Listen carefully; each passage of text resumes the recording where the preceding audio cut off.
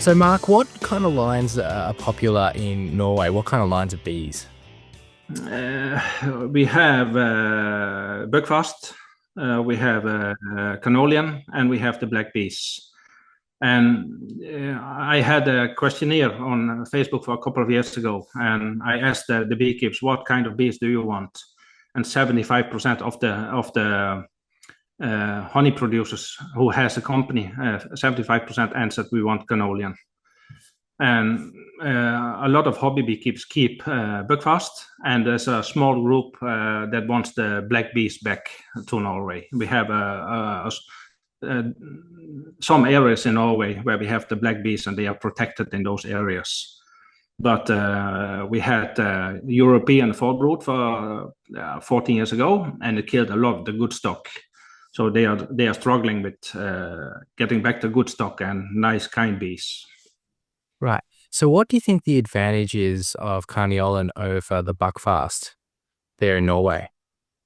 I started with Buckfast a couple of years ago, and after a while I wanted to try Canolian, and I had them at the same place. I wanted to collect heather honey, and that summer it was terrible. It was 2018, and it was a dry season.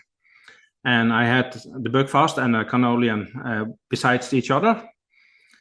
And I was stunned because the Canolian were empty for honey, and the Buckfast had a lot of honey. And I asked my mentor, I don't understand this, because the Canolian is supposed to be a good bee, but they are empty for honey, but the Buckfast have honey. And he asked me, are you sure the Canolian are not getting robbed by the Buckfast? And I drove up and I looked at the bees and studied a little bit, and I saw the Buckfast flying straight ahead into the Canolian hives and steal the honey. Really? Yes. And after a while, the honey flow stopped, and I had to feed the bees. I put fondant on top of both the Buckfast and the Canolian. And after a couple of weeks, I came back. The Canolian ate about 100, 200 grams, almost nothing, while the Buckfast ate 2.5 kilos. So they need a lot more food than Canolian. And that's why I got Canolians after that. Mm-hmm. They eat less, and they maintain themselves more. Mm-hmm. And listeners might remember when I did an episode with Willie Robson a couple of months ago. He said the same thing. He said that the Buckfast bee compared to his bee, which is a more native strain in England, is they just consume a lot more of the honey and of the sugar syrup. And he said that you even have to feed them sometimes during flows. They're that demanding. Yes. Yeah, I suppose the Buckfast bees can be a good bee in warm climates with a steady flow of honey or nectar. Mm-hmm. Absolutely. So, Mark, you use mainly AI queens in your production colonies. Do you want to talk us through why you do that? Like I told you, we have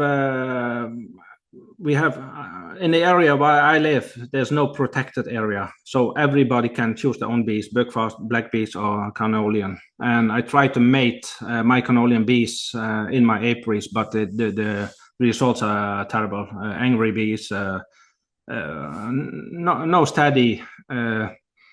How do I say it? There's a big difference in the attitude and how they behave. And then I decided I wanted to learn instrumental insemination, because then I can choose my own drones from the Canolian, and I will get a steady base with bees, and I can sell those Canolian inseminated queens to other people, so they can breed from those again. So they will have clean stock of bees.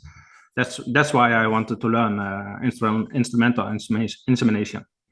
And that makes a lot of sense. Do you find that it's a very large time commitment? Yes, it is. And I mainly use my time to instrumental insemination. I noticed that the time I spent inside the forest with collecting honey is getting less and less, and my time is going more and more to instrumental insemination and making a good stock. Mm-hmm. Yeah, I was talking to some people in the Philippines last year, and they were telling me because of this one particular bird they've got in the Philippines, it's called the blue bee eater. Um, the bee eaters, they go and eat the queens when they're going out to mate, and they eat the drones. And so the way that they solved their problem is by doing 100% instrumentally inseminated apiaries. So every production colony in the apiary is an instrumentally inseminated queen. So is that similar to, what you're doing? The whole apiary is instrumentally inseminated? Yes, because it's too time consuming to get to mate them in a normal mating station, and the result is different each time, and you have no stable stock. And I want to cut out. I want to jump over that bit of mating. I don't want it because I have to make nukes and I have to put the queen in, and the results are terrible anyway. Mhm. Do you notice Mm. any difference in production, honey production, from an instrumentally inseminated queen and an open mated queen? And I'm not talking about the instrumental inseminated queen having better genetics. Just in general, do you think that the bees perform any different? Not in honey production, but in kindness they are. And if I look at the frames with brood, there's a lot of brood. They have brood from one edge to the other edge, so they produce more brood. You get a more even results. Yeah. Because there are some Mm. people that have the opinion that open mated queens are a stronger queen than an instrumentally inseminated queen. It's not a difficult question, but it's a difficult answer because Susan Colby had research, and she has proven that instrumental inseminated queens are as good as normal mated queens, maybe better. But the difficulty is with introducing the queens into the hive or nuke into the bees. Yeah. And that leads me to my next question. So one of the things you do Mm. is you first introduce them into one of these small Polish not mating cages, one of these small Polish instrumentally inseminated cages. And Mm. for listeners, I'll just explain what they look like. They look like about the size of a large cigarette packet, I guess you could say, and they have Yes. a little cartridge at the top that provides sugar syrup. And do you want to explain how Yes. those work, Mark? The way I do it, you can do it in two different ways. Either you can put in a queen cell, and bees from the same cell builder as the cells were in. You put the bees in, you put the cell in, and the cell hatches inside the cage. The bees will feed her, they look after her, and after 7 days, you use CO2, you take out the queen, inseminate, and you put her back in the same cage, and they will look for her and feed her and clean her, and it's better for the oviposition. So the queen gets in oviposition and start laying eggs. And after 48 hours, I look if the queen's still alive, if she has no infection, and then I put her in a small beehive with closed brood, or not even with brood, only bees. And when she is starting laying eggs and the bees are hatching, the new bees are hatching, you can put her in a bigger hive, or you can put the same bees and the same queen in a bigger hive. So they are used to her and start developing. So you use those small cages to protect her in a kind, and to have a bigger control with her in the first 48 hours. Mhm. So once again, the Yeah. timeline is you take the cell out at 14 days old, something like that? Yeah, I use an incubator, so I take them out after they are closed. I put them in an incubator, and then you can put them in the cage after, just before hatching. You can put her in a small cage. Right. So Mm. you take the cells out after they're sealed, put them in the incubator, and then on day 14, 15, you put them into the Polish AI Yes, cage. Yes. with Yes. bees from the cell builder. She hatches Yes. out. Then you take her for insemination. And then after insemination, she's back in there for 48 hours. Yes. And this whole Correct. process happens in your incubator. Yes. Yeah. More or less. How do you find her in the cage? You seduce all the bees inside the cage, and after she hatch, I used a little bit different method this year because this year I let them hatch in the incubator. Yep. I marked the queen and put them in the cages. Yep. With- So with- when you and say, so you use carbon dioxide to, yes, yeah, right. seduce her. Yes. Yes. Yeah, that makes sense. Really Mm. interesting. So that's the Polish method, isn't it? Yes, some of the Polish people use them. I'm not sure about his name, but there's a Polish professor. He uses them. He uses them. Right. And it was So someone in Poland that taught you how to use them, wasn't it? yes, Yeah, that's right. correct. Really interesting. I went on an insemination course in Poland in 2022 and learned my insemination in Poland. Oh, excellent. So once you've introduced them into a small hive, what do you think your acceptance rate is from that point onwards? Oh, it's difficult because 2 years ago I almost sold all of my queens because everybody was asking for the queens. So I had a few left myself. Last year was terrible year. They killed a lot of queens. I don't know why, but other beekeepers complained about the same thing. They made queens and the bees killed them. Maybe it's the weather. I don't know. But last year I had a terrible acceptance. I probably have 20% left after this year, not last year, but this year. It was difficult. So it's terrible. So what percentage of queens that you instrumentally inseminate make it through to in a production colony? I'm not sure. I never measured, but you should have a 70-80% rate. Okay, you should have. that's fairly Yes. high. Yeah. Yes, it is. So, Right. but it's the beginning of the process after she is inseminated and you put her inside the hive. That's the most difficult period. Yes, so it's important that you have the right hive, no open brood. It should be closed or no brood. Small colonies, 3 frames, and you need a hive that you can expand. I use some Mini Plus. I don't know if you know the system in Australia, but it's a 6-frame hive, and you can put the divider inside. So yeah, so I can put 3 frames in with the divider and expand after a little while. Right. So you're not putting your instrumentally inseminated queens directly into your production hives at all? No, I tried, but it's difficult. They kill her. If they can, they kill her. Right. This year they started laying eggs. They kill the queen and make a new queen sets. So it has been difficult. Yeah. So if you need to requeen a production hive, do you have to break that hive down completely into smaller nukes? Yes. Right. Yes. Yeah, that makes sense. That's really interesting. Yeah, because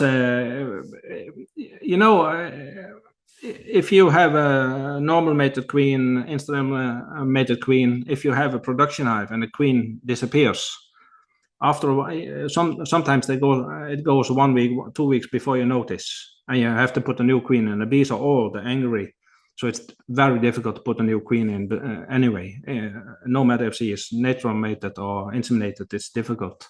So I think it's much better to make a small colony and build it up, build strength on it. Yeah. Yeah, I've heard that before. There's a few people that I know, instead of requeening their hives, they just create new nukes. Yes. Let the nuke build up over a season and then have 2 good production seasons. And at the end of those 2 seasons, they'll then completely break that colony down into nukes again instead of requeening. Yeah, it's less work and it's more satisfying. It's not so frustrating as putting a new queen inside the production hive because the acceptance rate is bad. And in Norway we have a lot of bad weather, so if we get bad weather 14 days after I put in the queen, I'm sure they will kill her because they are bored. They don't have any nectar flow. They are sitting inside the hive and they are bored, so they will kill her. So it's less work if I make a lot of small nukes and build them up full strength. That season I put her in. Mm-hmm. So are you using 5-frame nukes? I use a Mini Plus. They are 6 frames. Oh, sorry. Yeah, you're using the Mini Plus for 6 that. frames. Yeah. It's. I think it's the 1 frame is the half of the length of a Langstroth frame. Yeah. So if you put 2 Mini Plus together, you have 1 Langstroth frame. So if you have 6 frames in 1 Mini Plus, you have about 3 Langstroth frames, complete Langstroth frames in size. Right. So if you're putting them into Mini Plus and you want to eventually build them up into a full colony, how do you go from Mini Plus to full frames? I can put her in a spring. I put a new hive with drone.com and I put all the bees, better shake them in and give them some food. Yeah, that makes sense. That's really interesting. Yeah, fantastic. So how long does it take you to inseminate a queen? It's a difficult question, but what is insemination? Is it the whole process? Is it just inseminating the queen? If I just inseminate the queen, it's done in 1 minute. But there is some research, and Wojke, it was a Polish professor. He wrote down everything, and the whole process from catching drones and collect semen, inseminate the queen takes about 20 minutes. Yeah. Okay. So I suppose you would do a run of a bunch at a time. Yes. And so in a session, how many would you do? Maybe 20, 25, something like that. Yeah. Yeah. So how long would a session like that take? A couple of hours, I will guess. Yes, it's a little bit, the method they use in Poland. They collect drones, they inseminate 2 queens. They collect more drones, inseminate 2 queens. The way I did it, I collect a lot of drones. I collect a lot of semen, about 100 microliter, and it's enough for 10 queens. And then I have to start collecting again. Yeah. That's really interesting. But there's a little bit of risk because if the semen is contaminated, you will contaminate 10 queens. Okay, so, yes. Yeah, the risk is low if you use a low batch, a small batch of semen. And if you use a big batch, then it's a bigger risk. Yeah, really interesting. You get some mucus inside the semen and then you have to start all over again. It's terrible. Yeah. Right. Yeah. So you're saying in Poland they'll do 2 queens and then they run out to their apiary, a few more drones. Yeah, they do it different ways. They have big drone cages. They have small drone cages, and they can collect a lot of drones with nurse bees. And then they can take a break for 1 hour if they want, because the nurse bees are taking care of the drones. But if they use the small cages, you have to collect after 30, 40 minutes because the drones they are collapsing. They don't handle with stress. So 30, 40 minutes and they collapse if you have the small cages. So you need to go outside again and collect new ones. Yeah, interesting. What type of equipment do you use? I have, I don't know if you know the company Svinti. Yes. Yep. Yes. The first instrument I bought was from Svinti. It was very expensive. And the reason I bought it is because it has joysticks and you can rest your arms on the table. And I inseminated 12 queens my first season.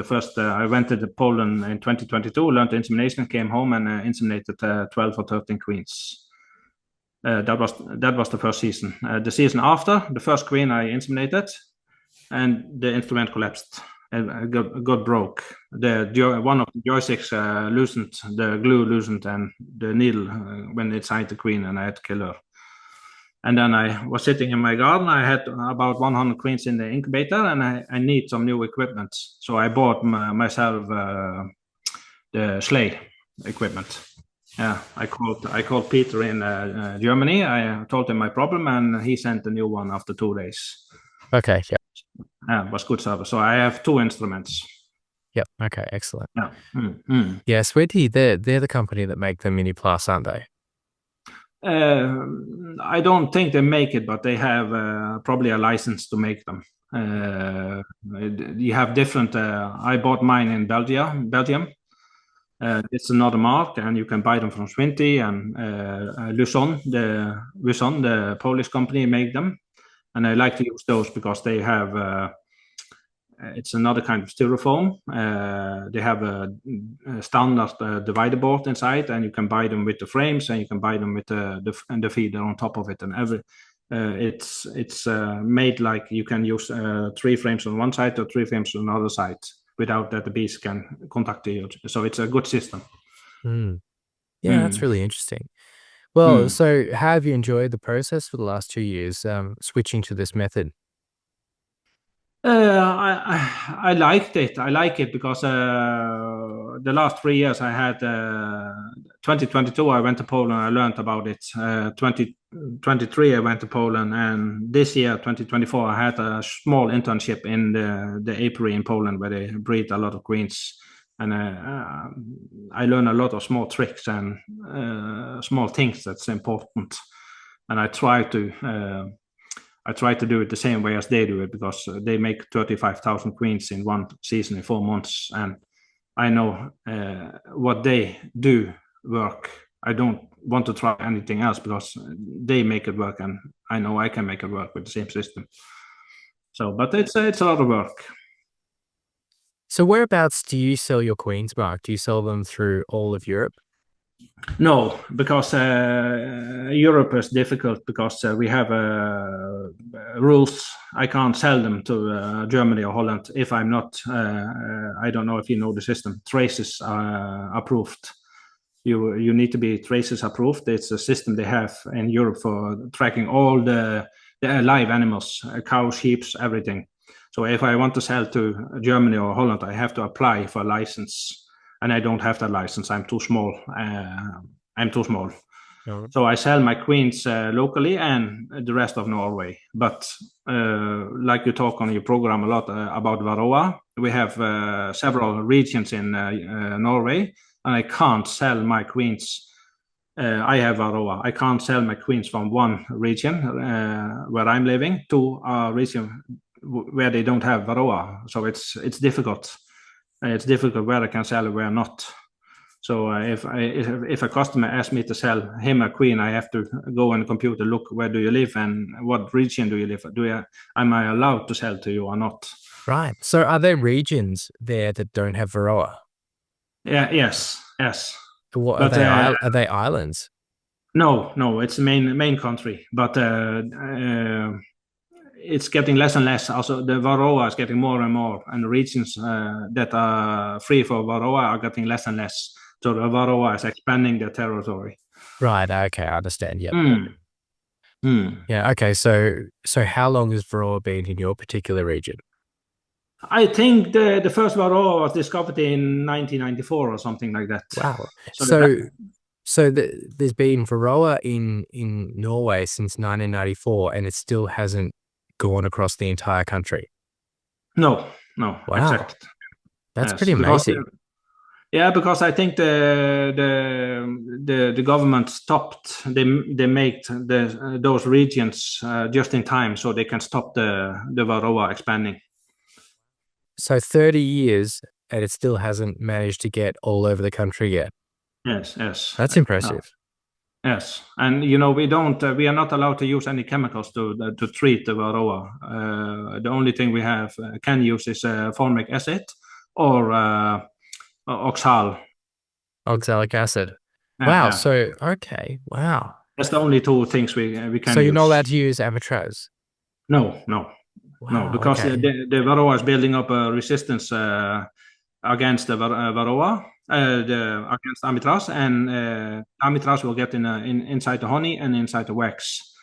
And we are the co-op. My co-op is always testing the wax. When I sell them the wax, they test it, and until now it's chemical free. The wax in Norway. Okay, so if you're not allowed to use amitraz, what's your treatment regime over a season? The way I did it before is you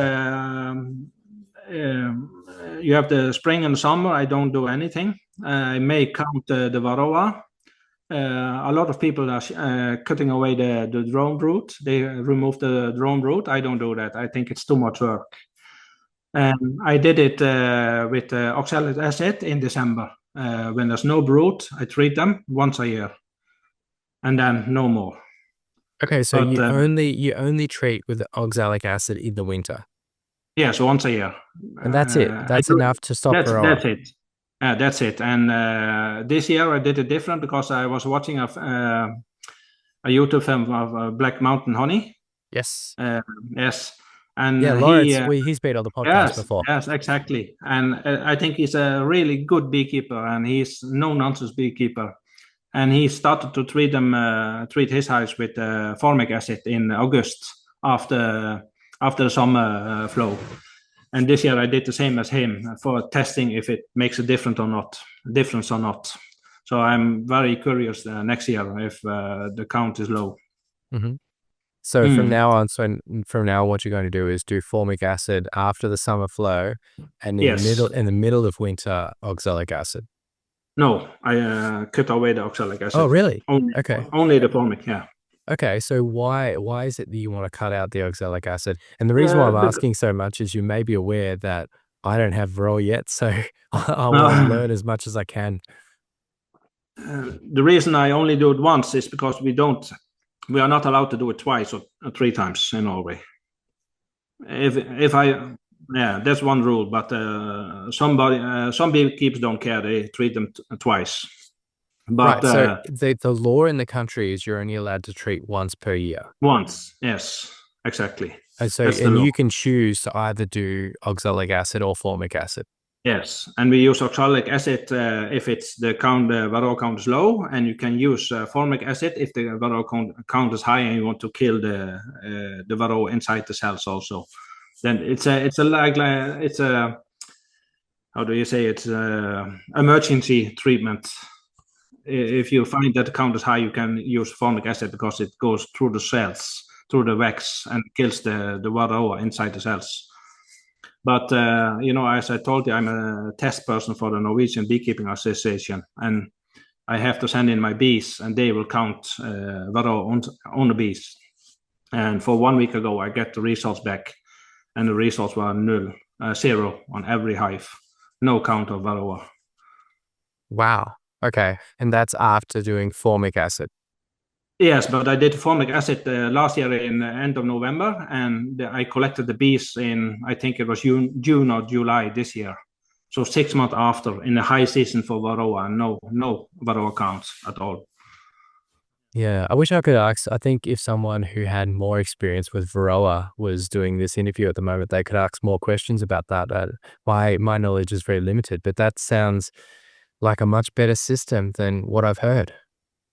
I listened to some other podcast of you, and I talked to Flemming, the Danish beekeeper. I talked to the Norwegian beekeeper Bjørn Dale, and they all tell me the same. If you treat a lot, the varroa is getting more and more and more, and that's what they told me in your podcast also. If you treat a lot with chemicals, and the varroa is getting more stronger and stronger every year. So they build up a resistance. That's right. Yeah, I have had a few guests on, and they've said that. Yeah, that's really interesting. Yeah. So yeah, well, okay. Well, thanks a lot, Mark. That's really interesting. Now, how could people find you if they want to buy one of your queens or some of your honey products? I have a Facebook site. I'm not very active on Facebook, but sometimes I put things on Facebook. It's Eikelyhonning on Facebook.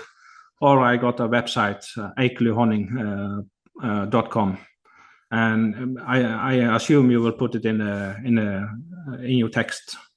Yep, I'll put it in the show notes. So if anyone in Norway wants to purchase one of your queens, they'll know how to get there. And really appreciate your time. Is there anything else you want to talk about before we wrap up the podcast today? I will thank you for reaching out. It was interesting, and I think your program is a really good program because you get to listen to a lot of good beekeepers with a lot of experience, and it's to the point. It's good information, and it's important information. I think a lot of them. Oh, well, thanks, Mark. Appreciate you saying so.